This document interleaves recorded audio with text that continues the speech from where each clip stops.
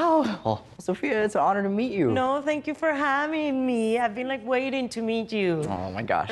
I'm totally starstruck, so I'm gonna have to work through it, but I'm very excited for this. So I assume you've seen the show before? Yes. Okay, so the way this kind of works is throughout the duration of our reading, I'll basically scribble. Okay. And that's just my way of meditating, kind of getting in the zone, kind of like a daydream. Okay. And my goal is really to make sure that when you leave this experience, you've gotten something from it. There's something a value that's came through. I already got what I wanted that I was meeting you. Oh, thank you, so sweet. So I have more than one person coming through. Yeah, there's two R's. I feel like I have to highlight both, and there's this acknowledgement of like coming through together. If the two R's both would have passed.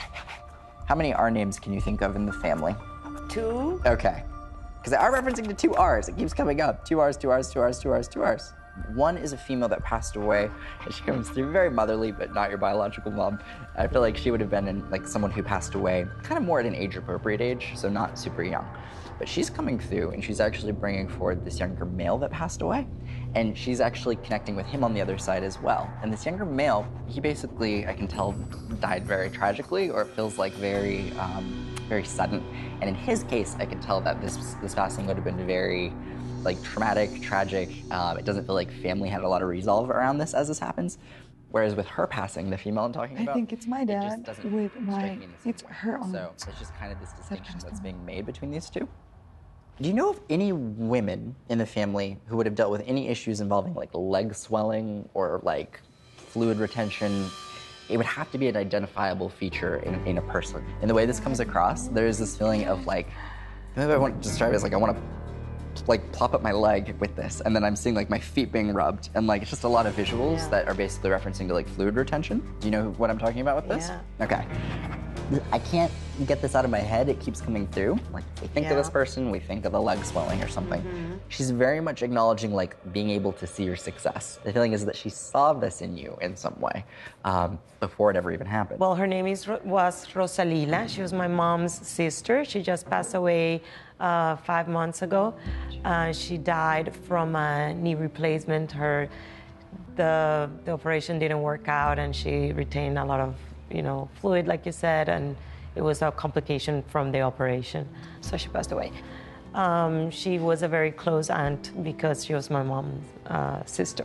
I wasn't looking to make a connection with her, but it would be very like my aunt to be presenting herself and be very pushy and trying to be part of the whole thing. She was always very involved and always like following me on what I was doing in my career. I think she's gonna be happy that her picture and that she looks so pretty is on TV.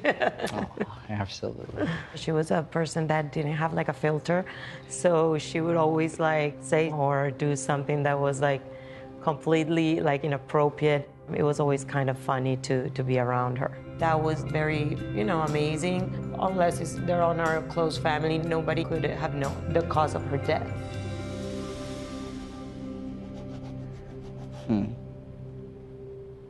just gonna hold on to this really quick. Basically, the deal is there's an individual who passed away in some form of either like a shooting or like their life was taken from them. That younger man that I was connecting with, how did he actually pass away? In a shooting. In a shooting. Okay, so that makes sense. It has to be my dad for sure.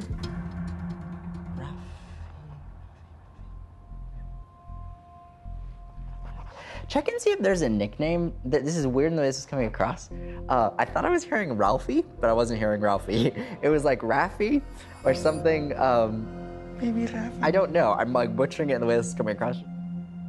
My brother Rafael, and this was his watch. He passed away when he was 26 years old. He was 2 years older than me. So right now he would be 48. And he passed away, and of course it, changed everybody's life in our family. Yeah. My brother was killed in Barranquilla, Colombia in the 90s. It was a very dramatic thing. He was shot, and unfortunately, none of us was able to say goodbye to him. He died instantly. He is kind of having me talk about this kind of interesting thing after he passed away. This is kind of confusing. He's referencing to his passing, and then he's having me talk about like transition happening after he passed. This is kind of confusing, but it feels like there's a passing and then people either move or residentially change, or like there's some form of a move in the way this comes through. There's such a big emphasis on the move and making a move and wanting people to get out of somewhere. He wanted this move to happen, like a big move, and it honestly feels like it's not we're just moving down the street. No. There's like a big move. It did emphasis. happen. Gotcha. Yeah. So, and this happened after he passed? Yeah, right after. Right after, because the feeling with this is like a collective, oh, like an exhale, like, oh, thank God, they're out. They're out. For him, that feels like one of the best things that could have been done, because that huge move, and not just for one person, this feels like a whole group of people. There's an appreciation there behind this. From a family perspective, it's like, as long as they're away from here, there's a sense of peace. We are 4 siblings, and my brother, him and I were closest to age, so we grew up very close to each other. After he was killed, we kind of like all came together, and I decided, since I was already living in the United States, to bring the rest of my family to where I was living in Florida. And Claudia, my niece, moved with her mom to Bogota, the capital. What's interesting is that, when sometimes people will pass, and I'll connect with them, and they actually won't actively still be involved in their family's lives. In this case, he is still massively involved in his family's lives. And this is referencing to what would be his daughter, I'm thinking. He had one daughter, Claudia Daniela.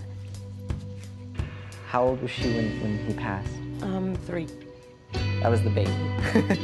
He was referencing him looking out for a baby, like a little one. The way this is coming in, they're referencing to geographical distance, and they're having me talk about a move.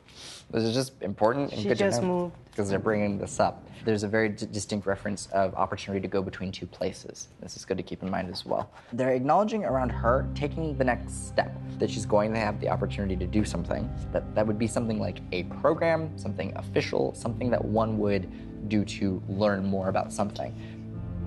I see this happening for her. I just don't think it's been done yet. She's watching. Oh, fabulous. Nice, yeah. Yeah.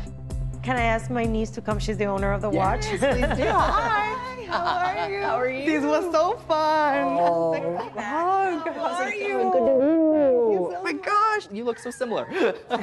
She's mini-me. Oh my God, this was so exciting to watch. Oh, it's a lot to listen to. It's very intense. The move thing was perfect because she's been telling me all the time. She's like, you can do the best of both coasts. You can do Miami and LA back and forth. And I'm like, yeah. Because it takes work, to do both. Absolutely. Do you ever feel your dad around in your life? all the time. Oh. All the time. Good. All the time, always. Yeah. Absolutely. It was amazing how strong he came through. And I just want you to know, the best thing you can do to honor your dad is to do everything that you want to do, to live your passion, to live your truth, to go out there and do all these things.